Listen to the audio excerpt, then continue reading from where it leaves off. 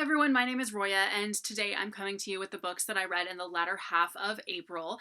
So in the latter half of April, I read 4 books. I did start a lot more other books than that, so I actually did make some pretty good reading progress, but I only ended up finishing 4 books. So most recently, I read Witchmark by C.L. Polk. This is about a world in which magic users are pretty commonplace, but they're like frowned upon. But if you're rich, you can get away with it because, like, whatever, nobody really cares.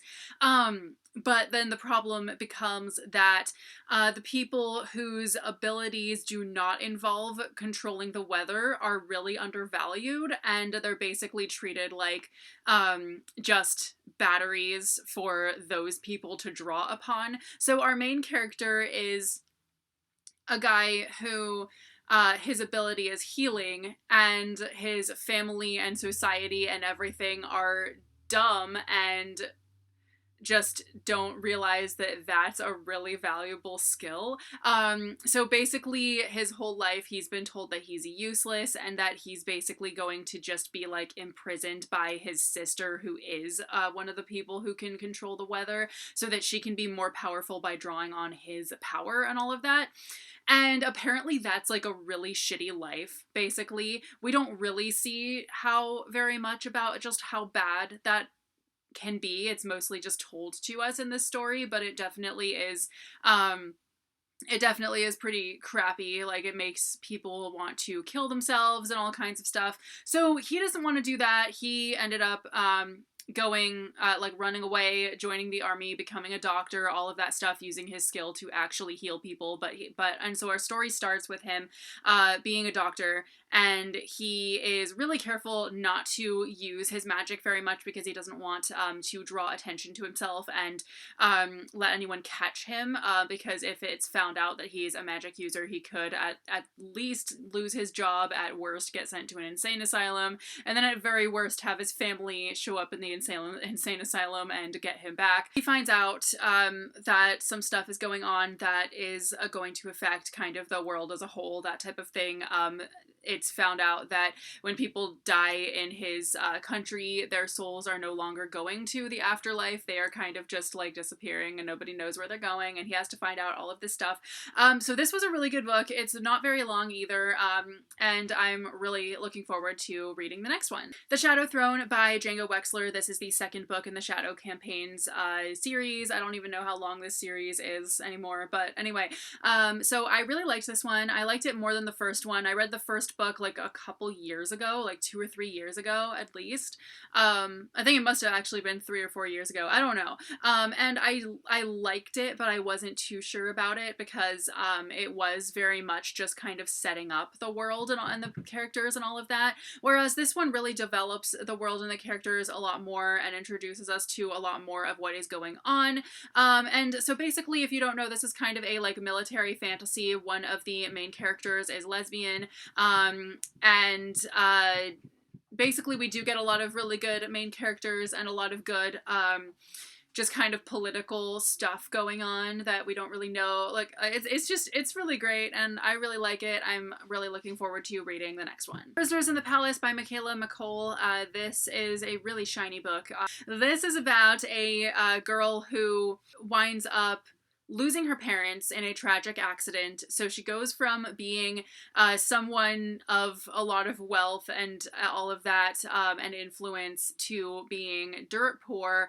So she accepts a job as a maid to Princess Victoria before she's Queen Victoria and all of that. And she ends up having to kind of act as a spy, and because people in the palace, including the princess's own mother, are trying to take the throne from the princess, and just a lot of bad things are going on. But of course they all tend to ignore the servants and such, especially when it's just kind of assumed that the servants don't speak German, which our main character does. So she just kind of like pretends not to understand them, and she finds out all of this stuff. And yeah, so it's definitely a really interesting book, and it's a fascinating look into that time period too, because there's a lot of stuff that goes on in it.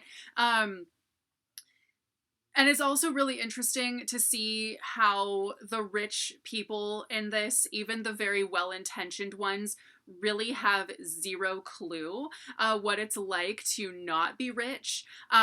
Just like today, we get a lot of people like that, that it just never changes. And so yeah, so it's definitely a really good look into that as well, especially since our main character is someone who was rich and she never gave a thought to what it was like for the people who were like her servants and all of that. She never thought about like, um, what they did when they weren't helping her get dressed or whatever. And then she, now that she is a maid, she realizes like, oh, servants have to eat at like 3 p.m.